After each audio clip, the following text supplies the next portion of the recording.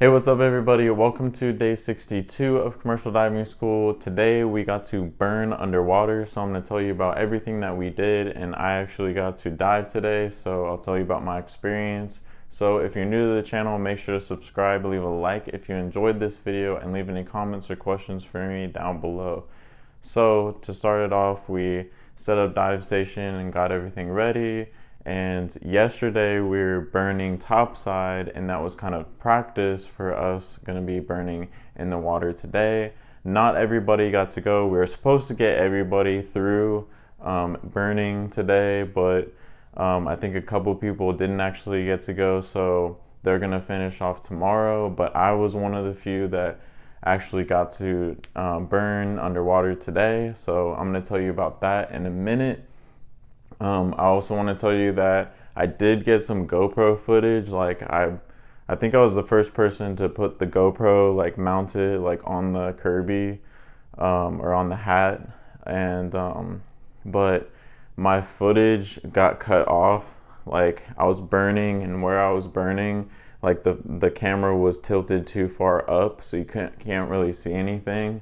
And besides that, the where it's burning is so bright that it's just super bright flashes, and then everything else is just pitch black. So it was really not great footage at all. So that kind of sucks, but that's just what you get when you're burning in the river, I guess. But anyways, when everybody was burning, we burned about 15 rods, Broco rods. We used the same setup that we were using yesterday, topside burning. If you haven't seen my day 61 video, I do have footage of burning with Broco rods, burning apart metal and stuff like that. So if I reference anything from that tool, feel free to go to that video and kind of see what I'm talking about. But anyways, we're trying to get everybody to burn at least 15 rods, and what you do is you have a line, and then you kind of stick the rods in the line and then attach it to yourself, so that when you're burning you can just reload basically. So unscrew the cap, throw out the old rod, and then stick a new one in and tighten it back up, and then keep burning. So but anyways, a lot of people say that we're saying that you get kind of shocked, you kind of get a little bit of a buzz or whatever. But it is very dangerous, because we're burning underwater, there is the chance of electrocution, so you can get shocked really badly. But that's because you never want to get between the stinger and the ground. So the stinger is basically the tool where the Broco rod is on that end, and then the ground is basically like a clamp that goes on whatever you're welding. And what I did when I was underwater was I basically burned here with the ground over here. So the ground was away from me, so it was almost impossible for me to get between the stinger and the ground, because I would have to be either way over here, or I would have to take the rod and literally put it behind me in order to complete that circuit and me become the ground. So another example of that is say your ground was here and you're burning here. If you get in between right here, you could get shocked, you could get electrocuted. So there is danger in it and everything. But say you're not being dangerous, say you're just burning normal, there is a possibility that you can get shocked. Now everybody was talking about, oh yeah, you feel it, yeah, especially when they make it hot, you feel it buzzing you, and then they make it cold and then it goes away. But I didn't feel anything. I don't know if it was because I was completely covered. I had both my wetsuits on, I had my coveralls on, and then I had my gloves on, and the gloves were basically 2 sets of gloves. So you had a pair of, they reminded me of the yellow or blue dishwashing gloves that you would use, like the rubber kind that you would see, like, you know, back in the old days, or some people still use them today. But those kind of gloves, the real thin ones, yeah, like we basically slipped that on and then slipped a different pair over that. So there's 2 layers of gloves, and there was no skin. Like it literally went from my wetsuit and my coveralls to the gloves. So there was, my point is, there was no skin exposed to be shocked. So I don't know if I got shocked. Like I really didn't feel anything. Someone said, oh, you probably did, but you probably didn't notice. Maybe, you know, but I didn't notice anything. So I was nervous about that. So if you guys, you know, are thinking about going to school, and you are nervous about that, then, you know, I didn't get shocked or anything like that. But that's only with burning. Welding is a different story. So I'll let you guys know when I start welding how that's going to play out. Like if I get any kind of, you know, shock or anything like that, or if I notice a difference.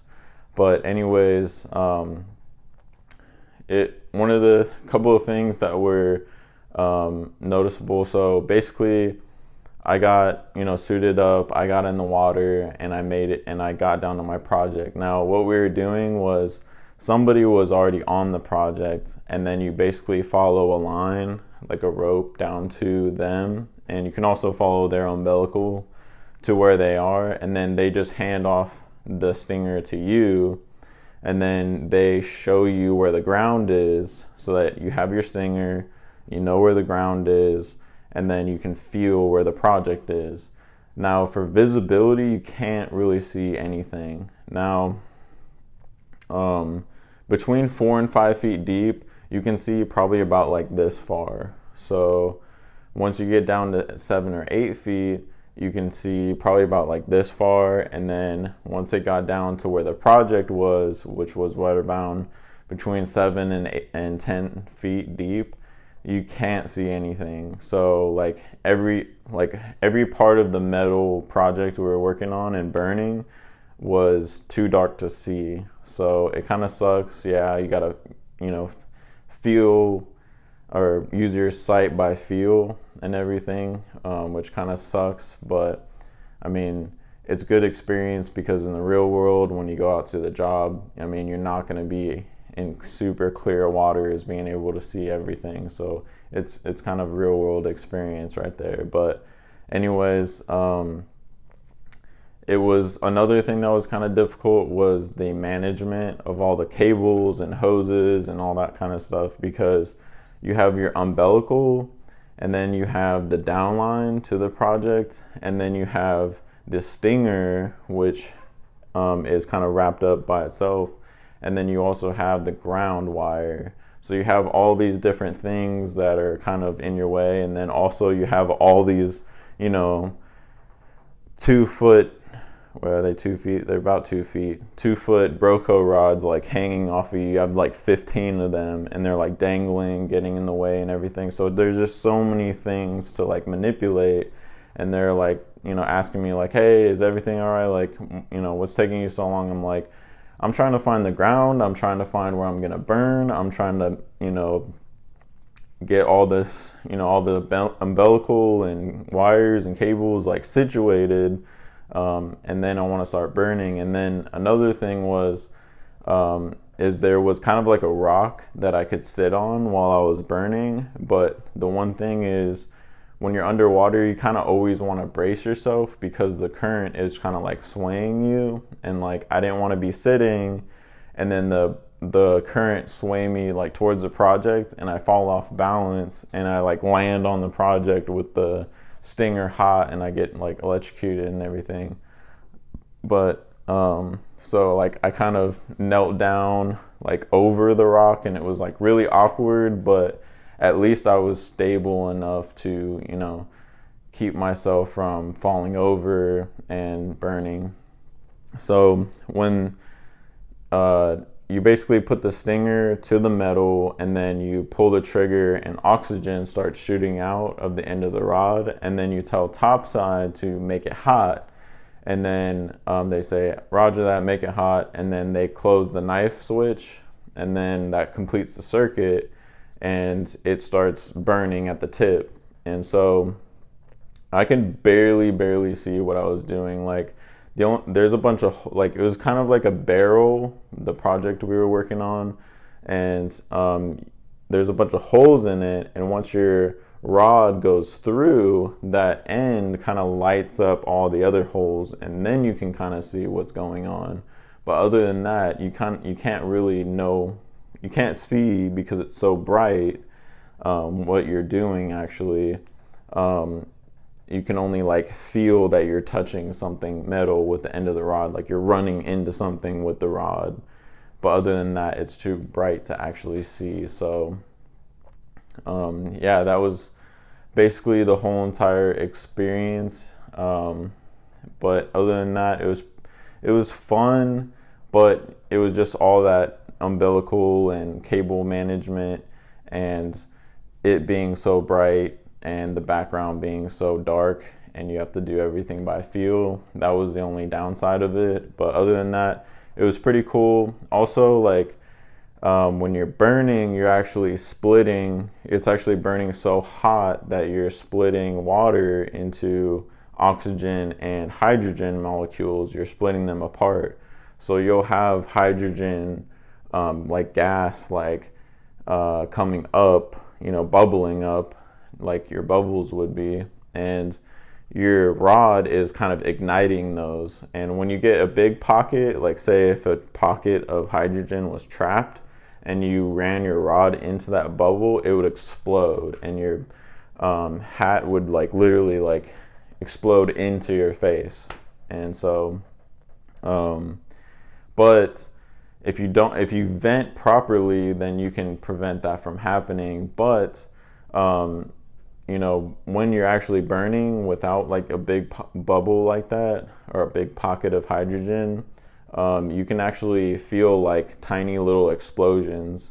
It's like burning. There's tons of like gas being vented off, going topside or whatever.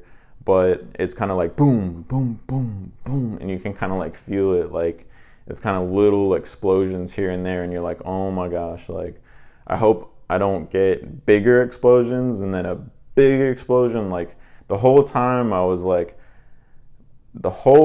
time I was burning, I was thinking I don't want to get shocked and I don't want to cause a hydrogen pocket to explode. Like the entire time that was going into my mind, like, don't shock me, don't shock me, don't shock me, don't shock me, don't shock me, don't explode, don't explode, don't explode, don't explode. But once you get through it and then you get done with it, then you feel good. You're like, I was fine the whole time. I don't know what I was worried about. But other than that, that was basically the whole entire experience. And tomorrow we get to go into underwater welding. So I'm going to try to get as much footage as I can for you guys. Anyways, that's all I got for you guys for burning underwater. If you like this video, leave a like. Subscribe to the channel if you haven't already. Comment down below, or if you have any questions, ask me in the comment section down below, and I'll get back to you guys. But anyways, thank you guys so much for watching this video. I will see you in the next one. I hope you have a great one. Peace.